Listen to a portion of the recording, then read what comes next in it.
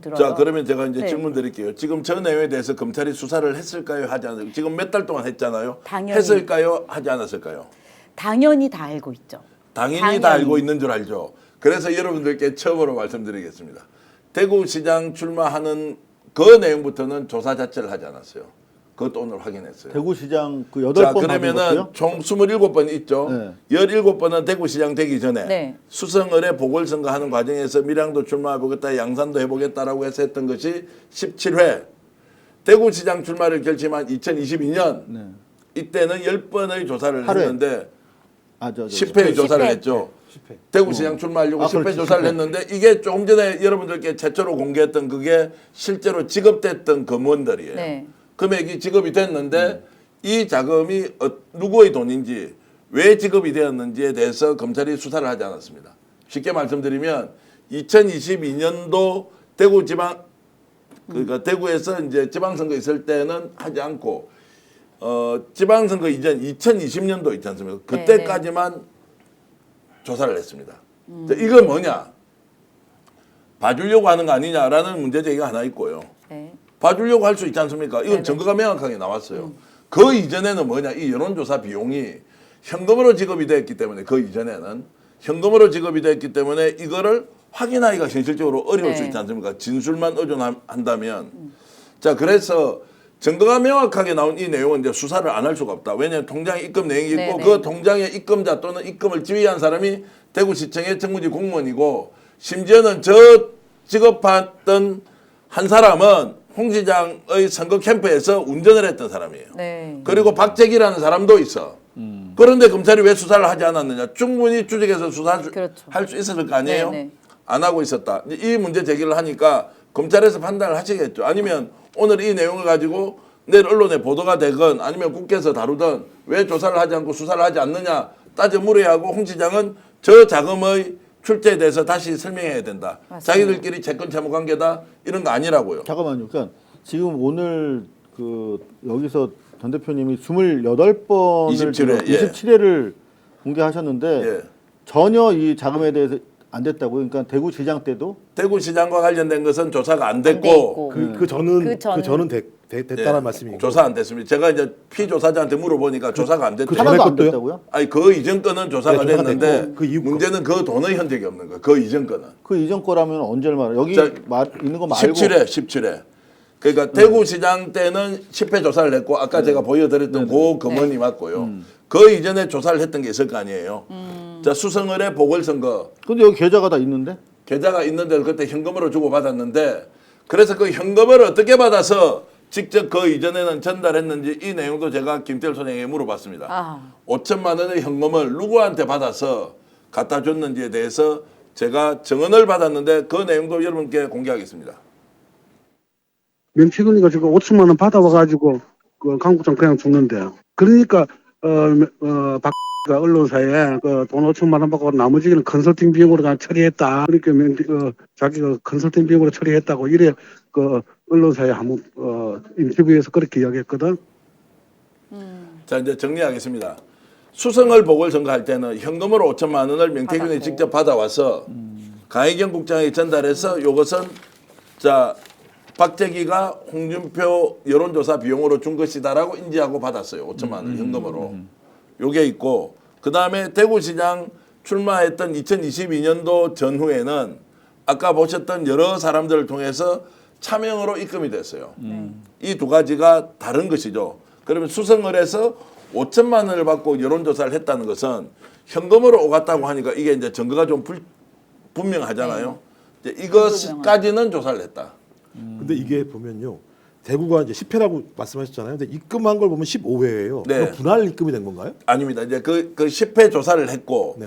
그거는 그 이전에 했던 것을 돈을 더 넣어줬을 수도 있어요. 그러니까 이게 2022년도라고 하는 것이 대구시장을 딱 3개월만 조사하자 이런 게 아니잖아요. 그러니까 지속적으로 거래를 해왔다는 거예요. 그 현금으로 한번 5천만 원을 받아왔고 나머지는 6,350만 원이거든요. 아까 남아있던 이 돈이 그러면은 대구시장 때는 현재 여론조사 결과 보고서로 나갔던 게 10번 그리고 대선이라는 게 있었잖아요. 그렇죠. 대선 과정에서 조사한 것이 또 있었죠.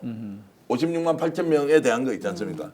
이걸 일일이 다 찾아서 하기에는 뭐 전산으로 처리되어 있는 것도 아니고 컴퓨터에 입력되어 있는 걸 가지고 막 자료 조사를 하다 보니까 홍 시장 관련된 거는 27회가 나왔고 대구시장 선거 때는 10회, 그 이전에는 17회가 명확하게 조사가 된 바 있고 자금은 말씀드렸듯이 이렇게 통장에 입금된 돈이 6,350만 원 그리고 현금으로 직접 명태균이 받아온 돈이 5천만 원 이게 있다는 것을 검찰 여러분들께서 수사하실 때 도움이 되라고 저희들이 취재했던 내용을 지금 공유를 해드리는 거예요. 그러니까 가희경 씨는 이미 이 여론조사 데이터를 다 가지고 계신 거잖아요. 다 가지고 있죠. 가지고 예. 계신 거잖아요. 그러면 지금 얘기했던 것처럼 만약에 최땡땡, 박땡땡 씨가 채무 관계 때문에 이걸 했다면 그때 굳이 여론조사를 갖다가 창녕, 의령, 함안, 그다음에 양산을, 대구 수성을 대구시장 이걸 뭐하러 예를 들면 여론조사를 해요? 굳이? 제가 볼 때 이 내용 자체들을 보면 그 데이터만 제가 볼 때 갖다 집어넣으면 다 홍준표 시장을 위해서 한 내용들이잖아요.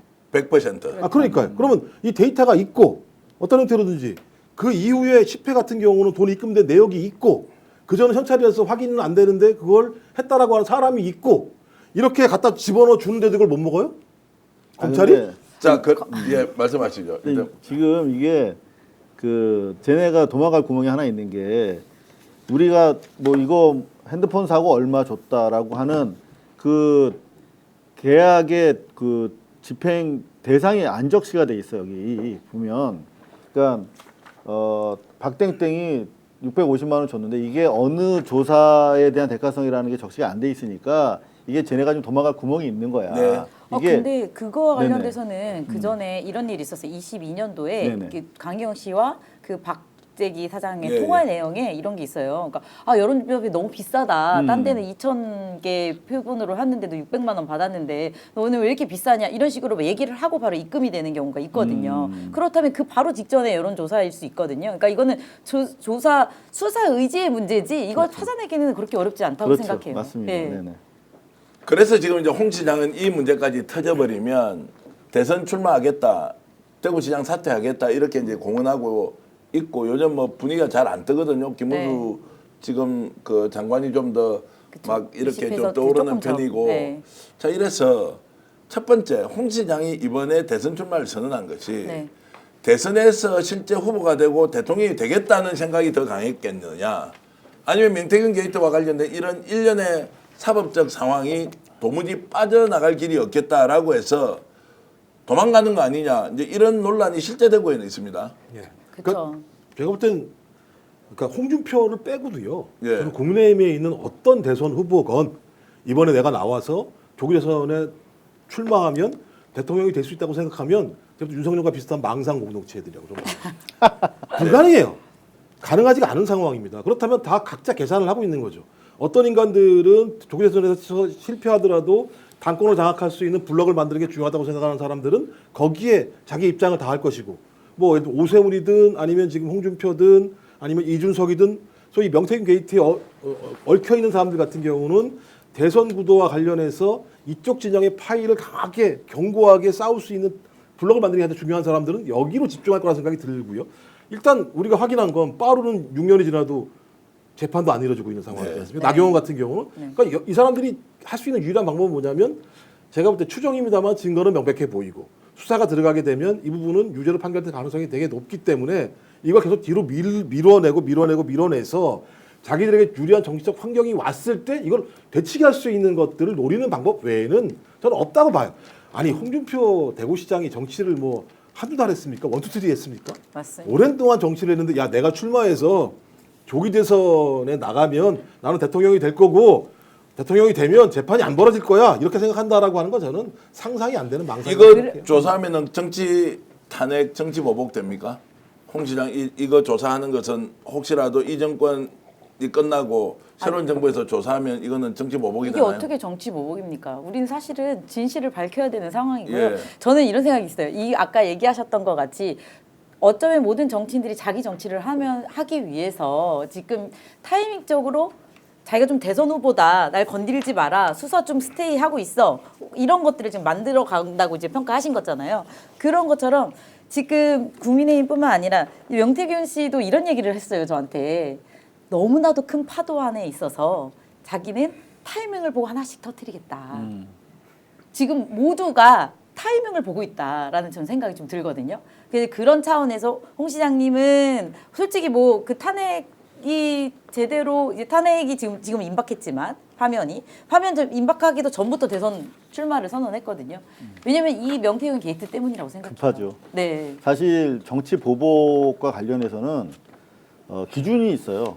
명확하게 이번 정권에서 정치 보복형 수사인지 아닌지에 대한 가이드라인을 만들어줬다. 첫 번째, 별건으로도 수사하느냐. 근데 이거 지금 명태균 사건은 별건이 아니에요. 본건입니다. 그런가 하면은 강제 수사를 무리하게 했느냐. 전혀 여태까지 강제 수사 거의 없었어요. 홍준표와 관련해서. 오히려 안 하고 있었죠. 그런가 하면은 뭐 재기 수사냐, 묻어놨던 거, 계속 괴롭히는 뭐 이를테면 대장동처럼 그런 거냐, 아니지 않습니까? 아주 빳빳하게 그 신권이에요, 신상입니다. 그런가 하면은 가족에 대해서 멸족에 막 그 진짜 살기를 가지고 덤벼드느냐.